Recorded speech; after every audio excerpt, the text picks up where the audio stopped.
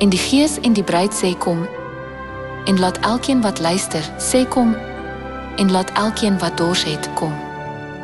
En laat elkeen wat dit begeer, die water van die lewe kom kry, verniet. Die Gees wat die water van die lewe gee, is God die Vader. Wie is dan die bruid wat saam met God die Vader die water van die lewe gee? Sommige dring daarop aan dat die bruid wat die water van die lewe gee, die Heiliges is. Hulle sê dit is omdat die Heiliges die water van die lewe van God ontvang en dit aan mense lewer. Wanneer die Heiliges die water van die lewe van God ontvang en dit net aan mense oorgee, kan hulle sê dat hulle dit self vir hulle gee. Kom ons dink byvoorbeeld aan 'n posman wat pos aflewer. Sê 'n posman hy gee pos. Nee, hy doen nie. Dit is omdat om te gee en om te lewer heeltemal anders is. Boonop, wat sal gebeur as ons sê dat ons diegene is wat gee, wanneer ons iets gee wat Godse is?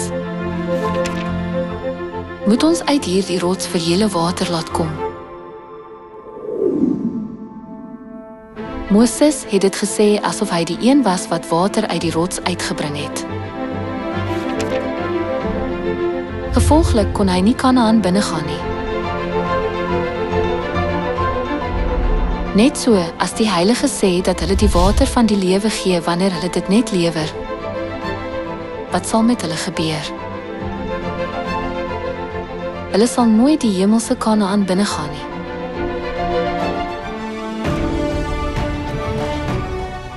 Die een wat die water van die lewe gee, is God. Dit is afgehandel. Ek is die Alfa en die Omega, die begin en die einde. Die wat dors is, sal ek laat drink uit die fontein van lewegewende water verniet. Dan, wie is God wat die water van die lewe gee in hierdie tyd?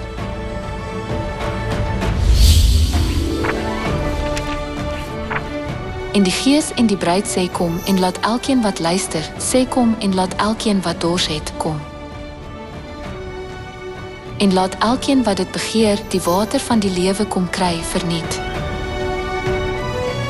Wie is die bruid wat saam met die Heilige Gees die water van die lewe gee? Kom hierheen, ek sal jou die bruid wys, die vrou van die Lam. Hy het my toe deur die Gees na 'n groot en hoë berg geneem en aan my die heilige stad Jerusalem gewys wat van God uit die hemel neergedaal het.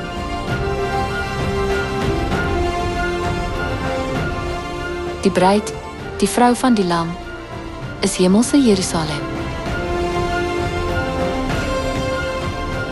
Wat noem die Bybel die bruid die vrou van God die Vader? Dit wil sê, hemelse Jerusalem. Maar die Jerusalem daarbo is vry. Sy is ons moeder.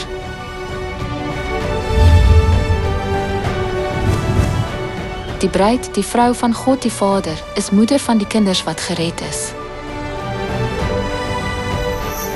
Ons hoop dat jy die ewige lewe sal ontvang deur die water van die lewe wat God die Vader en God die Moeder gee.